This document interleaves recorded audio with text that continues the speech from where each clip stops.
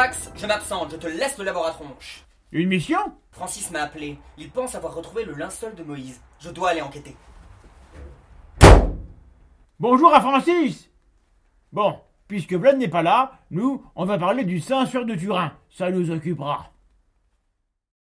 Le Suaire apparaît aux historiens en l'an 1357 à Liray, en Champagne. C'est une toile rectangulaire de 4,40 m sur 1,13 m en lin. Il porte des brûlures remontant à la nuit du 3 au 4 décembre 1532 lors de l'incendie de la chapelle du château des Ducs de Savoie à Chambéry, ainsi que des traces d'eau liées à l'extinction des flammes. Dès 1560, l'évêque de Troyes interdit l'ostension du Suaire qu'il ne juge pas authentique puisque les Écritures ne le mentionnent pas. 28 ans plus tard, le pape Clément VII autorise les ostensions, mais interdit qu'on le présente comme une relique véritable, seulement comme une figure. Mais le nouvel évêque en appelle au roi de France, parle d'un objet factice destiné à tirer des bénéfices et le roi confisque la chose. Le pape, à nouveau, autorise l'objet à être exposé, mais exige qu'on précise qu'il n'est pas le linceul du Christ. Très vite, cette exigence n'est pas respectée et Clément VII s'en accommode. Par la suite, le linge devient la propriété d'une comtesse qui l'emmène un peu partout en Europe, puis le troque contre un château, celui de Varambon. Depuis 1694, le Suaire est conservé dans la chapelle royale contiguë à la cathédrale Saint-Jean-Baptiste de Turin, propriété des ducs de Savoie, puis cédé à l'Église catholique en 1983, il échappe à un nouvel incendie en 1997. Depuis, l'Église ne l'a jamais considéré comme une relique. L'objet est tellement iconique, tellement spécial, qu'une science a été inventée, la syndonologie, cas unique que cette science tout entière dévolue à un seul objet manufacturé. La syndonologie, acquise aux thèses qui font du linge le linceul de Jésus, n'est pas reconnue comme une véritable science par les experts des disciplines concernées. La carrière internationale du Suaire débute quand il est pris en photographie en 1898. En effet, l'image d'un personnage visible sur le négatif fait si forte impression que le Suaire devient l'artefact le plus étudié du monde durant le XXe siècle. À l'époque, on se dit qu'il ne peut pas s'agir d'un faux, car personne, assurément, n'aurait pu imaginer la technique du négatif au Moyen-Âge ou au temps de l'Antiquité. Encore que... Les syndonologues nous disent que l'objet est incroyable, unique, parce qu'il possède les données en 3 dimensions d'un corps. Apparemment, personne ne serait capable d'une telle prouesse. Ils prétendent avoir pu reconstituer le corps de Jésus en utilisant la gradation de coloration du tissu qui est corrélée à la distance entre le linge et le corps. Quand on regarde de plus près leurs travaux, on constate pourtant qu'ils ont dû injecter dans leurs données la forme d'un corps afin de pouvoir l'y retrouver à la sortie. Car en réalité, les données de la gradation de coloration donnent une image plate. Le résultat ressemble davantage à un bas-relief qu'à un corps, ce qui est cohérent avec l'hypothèse d'Henri Brock sur la méthode utilisée pour fabriquer l'objet, mais pas tellement avec celle d'une relique authentique. On observe ici un biais flagrant de raisonnement circulaire. Pour obtenir une image en 3 dimensions, on injecte une image en 3 dimensions et on s'émerveille alors du résultat qui correspond exactement à ce qu'on attendait. Dans le même temps, si le linge avait été enroulé autour de la tête du mort, on aurait dû obtenir une image déformée de son visage. Et ce n'est pas ce qu'on observe. Idem pour la largeur du corps. Il y a donc tout un ensemble d'effets discordants qu'il faudrait expliquer pour authentifier l'objet. Or, personne ne les explique. 1969. Première analyse, très sommaire, avec des ultraviolets et des infrarouges. Aucun résultat n'est publié. 1973. Une équipe de syndonologues a accès au linge et peut prélever de la poussière et des pollens. Compte rendu publié 3 ans plus tard, le Suaire ne serait pas une peinture. L'un des membres de cette équipe, le criminologue Max Frey, prétend de son côté que les pollens ont parlé. Selon lui, on peut conclure que le linceul a séjourné aux abords de Jérusalem. Mais les experts réfutent la précision de son analyse. D'une part parce qu'il manque des espèces majeures de cette région, olivier ou chêne par exemple, et parce que les images de pollen produites par Fry lors de ses conférences ne portent aucune trace de la calcite déposée lors de l'incendie de 1532. Fry admit qu'il avait choisi de montrer des images de référence et pas celles des vrais pollens prélevés sur le suaire. À sa mort en 1983, il n'avait toujours pas publié ses travaux dans un journal scientifique. Une équipe de 40 sonologues analyse l'objet. Dans les travaux publiés, les chercheurs concluent que l'image résulte d'un procédé mystérieux, excluant la peinture. Certains de ces chercheurs indiquent la présence de sang. En fait, ils ont détecté de la porphyrine, qui est effectivement un composant du sang, et qui constitue, pour eux, une preuve positive par présomption. D'autant que d'autres analyses ont mis en évidence de la bilirubine et de l'albumine. Sauf que aucune analyse spécifique n'a été effectuée par les syndonologues qui permettent d'établir que les molécules présentes proviennent bel et bien de sang. En 1973, l'Institut de médecine légale de l'Université de Modène a reçu 10 échantillons de fils de lin prélevés sur ce qu'on appelle les taches de sang. Un test UV s'est révélé négatif. Le test à la benzidine fut aussi négatif. Des tests de microspectrophotométrie ont également échoué à mettre en évidence la présence de sang.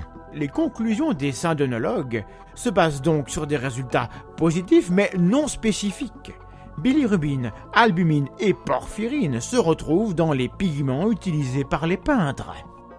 Encore mieux, une étude du laboratoire McCrone, le plus grand spécialiste mondial de la détection de faux en art. Ils ont révélé, sur des petites particules prélevées à différents endroits du suaire, une composition similaire à de l'ocre rouge, un pigment très courant au Moyen-Âge. Les taches de sang contenaient en plus du cinabre, autre colorant courant à cette époque. La teinte jaune du corps s'est révélée due à un détrempage réalisé à partir de collagène animal, ce qu'on appelle de la colle d'os, qui a jauni avec le temps. Ces différents éléments indiquent donc que l'image provient d'une préparation colorée appliquée sur le linge. Des résultats cohérents avec l'absence de traces de véritable sang. Les syndonologues n'ont pas beaucoup apprécié et ont demandé à McCrone de rendre les échantillons. Il est important d'insister sur le fait que chaque résultat, chaque fait, a d'autant plus de valeur qu'il est cohérent avec les autres. Nous avons donc jusqu'à présent en concordance l'apparition tardive de l'objet en 1357, l'absence de véritables traces de sang, la présence de pigments courants à cette époque et une forme qui peut provenir de l'utilisation d'un bas-relief comme on savait en faire alors. Mais on peut faire encore mieux. On peut dater l'objet grâce au dosage des isotopes de ces atomes. 1988, test au carbone 14. Le 21 avril 1988, des syndonologues, parmi lesquels des experts en textile, prélèvent un rectangle de tissu en bas à gauche de l'image ventrale. Le rectangle est découpé en 3 parties qu'on envoie dans 3 laboratoires différents dans le monde. Les résultats qui reviennent sont cohérents entre eux et définitifs. Le suaire a été tissé avec du lin récolté entre 1260 et 1390. Alors bien sûr, on a légèrement évoqué l'hypothèse d'un complot maçonnique pour tenter de réfuter ces résultats, mais ce n'était pas très convaincant, alors il a fallu trouver autre chose. C'est là qu'on a trouvé des tas d'hypothèses ad hoc pour revenir à une conclusion plus acceptable. Hypothèse ad hoc numéro 1. La contamination. Pour écarter la datation au carbone 14, on a supposé que le linge avait été contaminé par des bactéries ou des champignons. Leur matière organique, collée sur le suaire, aurait suffi à infléchir la datation. Mais un calcul réalisé par Henri Brock montre que pour décaler de 13 siècles le résultat, il faudrait que les bactéries aient apporté une masse de carbone au moins 2 fois plus importante que celle déjà présente sur le suaire. L'avantage de cette hypothèse est qu'elle ne nécessite pas de lourds travaux pour se voir réfutée.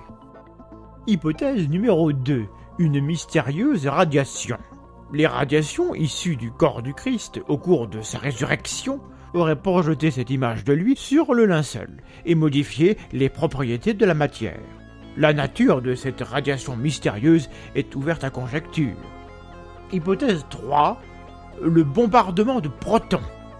Si le corps de Jésus a libéré l'équivalent de 1 mégaélectronvolt, alors une image aurait pu s'imprégner sur le tissu, selon l'hypothèse du père Jean-Baptiste Rinaudot, biophysicien. C'est une curieuse façon d'aborder la question dans la mesure où cette hypothèse est bien plus inexplicable et mystérieuse que le suaire lui-même. C'est pourquoi cette explication échoue au test du rasoir d'Occam. Hypothèse numéro 4. L'irradiation par laser. L'équipe de Giulio Fanti a montré en 2008 qu'une irradiation avec un laser spécifique à base de chlorure de xénon a permis l'obtention sur du lin d'une image qui a mis 1 an à se former. Bien sûr, on ignore où Jésus serait allé chercher ce laser. Et par conséquent, cette hypothèse-là aussi n'apporte rien. Hypothèse numéro 5. Le tremblement de terre. Le professeur Alberto Carpentieri pense qu'un tremblement de terre d'une magnitude de 8,2 a frappé Jérusalem au moment de la mort de Jésus. Les roches broyées auraient pu produire assez de neutrons pour imprimer le corps du Christ sur le lin et altérer le taux de carbone 14. Ce qui est curieux, c'est qu'aucun autre objet, à part le suaire de Turin, n'a jamais manifesté un écart de cette ampleur dans une radiodatation. Nota bene, aucune source historique fiable, c'est-à-dire non légendaire et non liée directement au récit biblique, n'atteste la réalité d'un séisme aux environs de l'an 33. Hypothèse numéro 6. Erreur dans le prélèvement. Les experts, qui en 1988 ont eu accès au suaire, eux-mêmes syndonalogues, auraient justement choisi le pire endroit où faire ce prélèvement. Cette hypothèse-là consiste à dire que les experts ne connaissent pas leur travail et n'auraient pas été capables de voir un raccommodage entre lin et coton. Dont acte.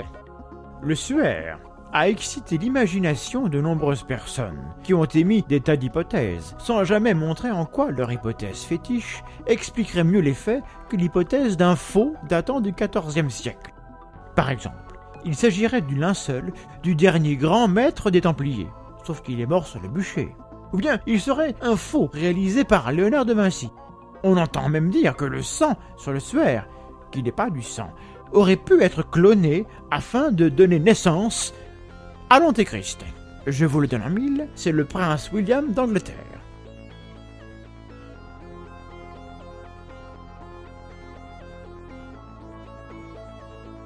Il n'existe aucune raison valable de douter que le suaire de Turin est un objet du Moyen-Âge. En effet, toutes les données rassemblées sont cohérentes entre elles, et avec la conclusion qu'il a été fabriqué avec du matériel disponible à cette époque. Pigments et colle d'os, technique du bas-relief et tissu à chevrons. Ceux qui éprouvent le désir que ce linge soit le véritable linceul de Jésus ne doivent pas confondre ce désir avec une preuve de son authenticité. Il faut ce qu'on appelle les yeux de la foi pour oblitérer les preuves accumulées. On m'autorisera à relever que cette histoire a suscité une somme considérable de travail, de polémiques et d'hypothèses gratuites pour prouver l'authenticité du linceul d'un homme dont l'existence historique est peu probable.